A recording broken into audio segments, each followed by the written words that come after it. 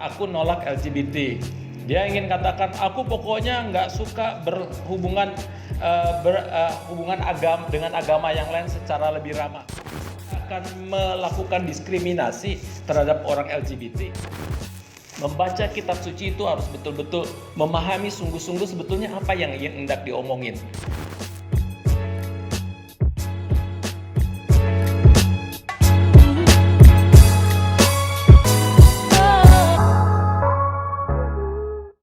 Rekan-rekan sekalian, kembali berjumpa di channel OPD Berti, kembali dengan Bapak Pendeta Albertus Pati.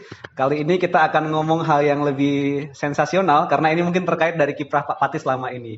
Orang-orang bilang katanya Pak, bukan Pak Pati namanya kalau nggak ada kontroversi katanya gitu.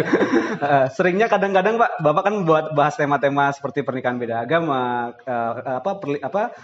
sikap yang lebih ramah terhadap rekan-rekan LGBT, dialog dengan agama lain gitu ya. Sering kan Pak kalau di masalah-masalah itu di counternya dengan ayat-ayat Alkitab gitu kan. Nah seringnya kan kalau Bapak melihatnya seperti apa Pak? Kontroversi itu langsung dikontraskan dengan ayat Alkitab, Bapak menikmati seperti apa? Iya, jadi kalau kita membahas satu persoalan ini, memang semuanya sebaiknya kan pakai ada dasar justifikasi Alkitabiah ya.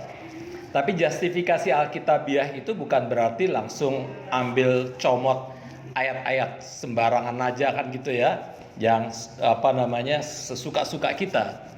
Karena di dalam metode interpretasi Alkitab itu ada dua sebetulnya. Yang pertama ada yang namanya eksegese. Eksegese itu kita membaca kitab suci dan kita mencoba mengeluarkan apa sih sebetulnya pesan terpenting dari kitab suci itu, pesan intinya.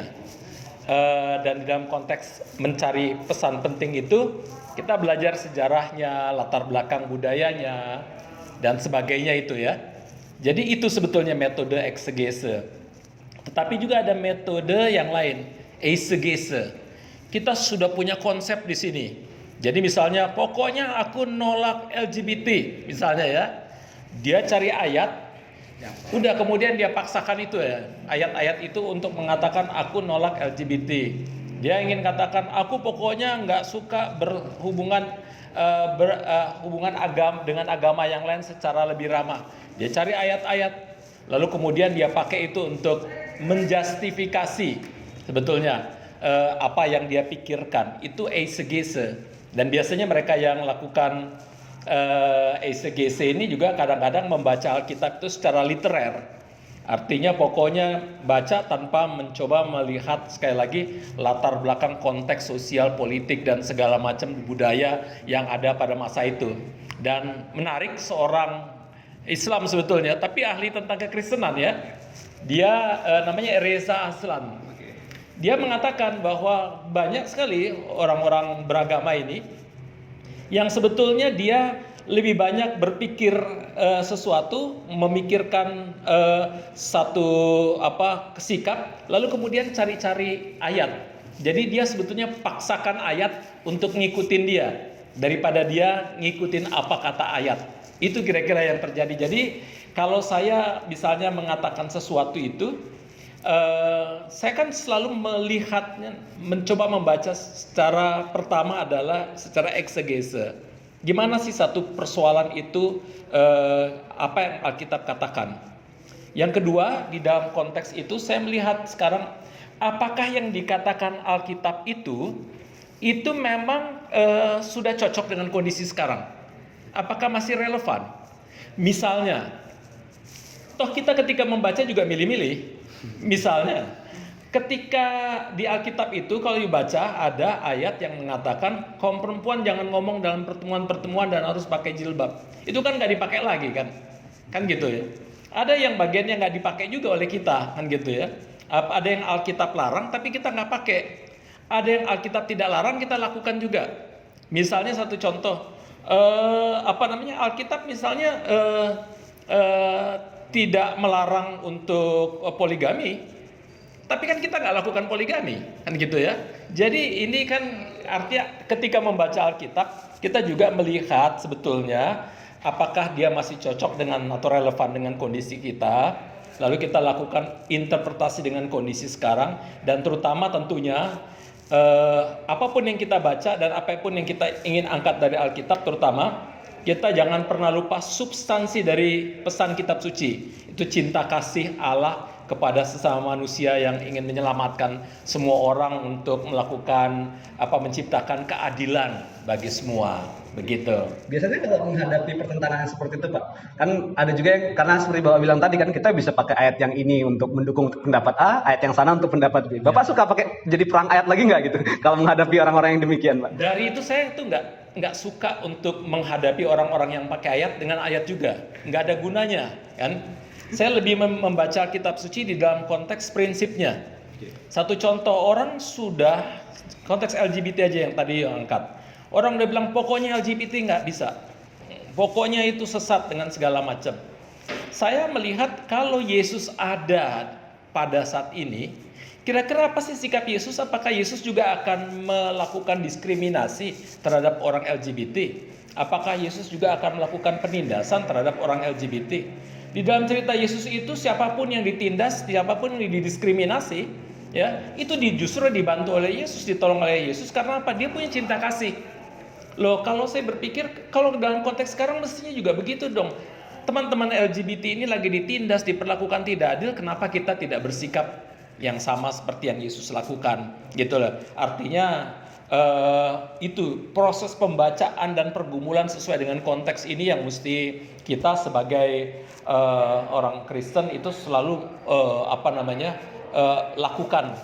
Jadi nggak sekedar membaca kitab suci lalu patuh aja, karena ketika membaca kan kita harus lakukan interpretasi sesuai dengan konteks di mana kita berada, gitu ya. Intinya sekali lagi, toh substansi dari kitab suci yang penuh cinta, penuh kasih, yang kemanusiaan itu justru harus menjadi pesan utama dari apapun yang kita katakan dan lakukan. Nah, sebagai pendeta ini, Pak, kan pasti jemaat bertanya nih, kalau begitu bagaimana caranya sekarang kita membaca kitab suci, Pak Pendeta? Di tengah pasti banyak persoalan-persoalan yang butuh jawaban sebenarnya. Nah, bagaimana Pak seorang Kristiani di zaman sekarang gitu ya, dengan kondisinya seperti sekarang, keterbukaannya seperti sekarang gitu, bisa menghayati imannya dengan terhadap kitab suci juga terhadap persoalan-persoalannya. Ada petunjuk praktis nggak, Pak? Kan saya masih sering baca kitab suci tiap hari pasti gitu ya. Nah, gimana saya mengkonkretkan apa yang Pak Pati sampaikan soal cinta kasih dalam kitab suci tadi? Ya, jadi yang pertama yang harus dilakukan oleh orang Kristen adalah, pertama dia harus paham dulu apa sih konteks persoalan yang dia hadapi, yang gitu. Jangan selalu ikut-ikut aja. Juga harus mengkritisi kalau tiba-tiba ada orang yang bilang A, B, C, kan gitu ya. Dia harus pahami sungguh-sungguh konteks persoalan yang hendak dia gumuli itu. Ya, itu yang pertama. Jangan terlalu cepat menghakimi. Ya, jangan terlalu cepat untuk mengatakan sesat, jangan. Open mind, ya. Hal yang kedua, dia harus membaca kitab suci dan memahami sungguh-sungguh apakah yang dikatakan kitab suci tentang hal yang sedang dia gumuli itu, ya. Jangan sampai ketika dia main asal ambil saja, ternyata kitab suci itu tidak mengatakan tentang itu, kan gitu ya. Kalau kasih contoh, balik lagi misalnya di dalam konteks LGBT tadi, orang selalu menghubungkan dengan kota Sodom, tetapi padahal sebetulnya yang dibicarakan oleh ayat-ayat dalam kota Sodom itu berhubungan dengan sodomi, ya. Sodomi adalah satu penetrasi seksual dari laki ke laki ke dubur, ya, dan itu dilakukan dengan pemaksaan sebetulnya, dan itu yang ditentang. Pemaksaan perkosaan laki terhadap laki, dan itu adalah budaya orang Sodom pada masa itu. Itu dihubungkan dengan seorang yang begitu lahir sudah jadi LGBT, lalu kemudian mengatakan semua LGBT sesat. Ini kan berbeda sekali ya. Kalau soal pemaksaan, satu hubungan seksual yang dilakukan dengan pemaksaan yang namanya perkosaan, jangankan mereka yang LGBT, yang heteroseksual pun akan kita tentang, kan gitu ya. Jadi oleh karena itu, sekali lagi, membaca kitab suci itu harus betul-betul memahami sungguh-sungguh sebetulnya apa yang hendak diomongin. Nah, dari situlah kemudian kita lihat sebetulnya siapa yang sebetulnya yang kita ketika membaca ini, apa sih kehendak Tuhan di tengah-tengah situasi seperti ini. Tetapi kehendak Tuhan ini selalu sesuatu yang bagi saya adalah pertama kebaikan, kedua membela mereka yang ditindas dan diperlakukan tidak adil, yang mengalami oppression dengan segala macam, dan itu mengangkat mereka semua dari kemanusiaan. Sepanjang sebuah ketika habis membaca kitab suci membuat kita menjadi pongah dan menciptakan kita ingin mendominasi orang lain, memblaming orang lain, menyalahkan orang lain, lalu kemudian kita sendiri menjadi serigala terhadap sesamanya. Saya pikir ada yang salah dalam kita membaca kitab suci. Oke, menarik sekali Pak Pati. Jadi poinnya tadi betul ya Pak ya, kuasai permasalahannya, lihat konteks ayatnya, dan juga kalau bisa tafsirnya memang utamakan kebaikan dan keadilan bagi semua orang, terutama mereka yang lemah. Itu menarik sekali, satu hal yang jadi pedoman untuk kita membaca kitab suci di zaman sekarang. Terima kasih Pak Pati buat diskusinya. Terima kasih juga pada rekan-rekan di Pivot Coffee Jalan Cikutra Bandung. Kita dapat venue yang menarik kali ini.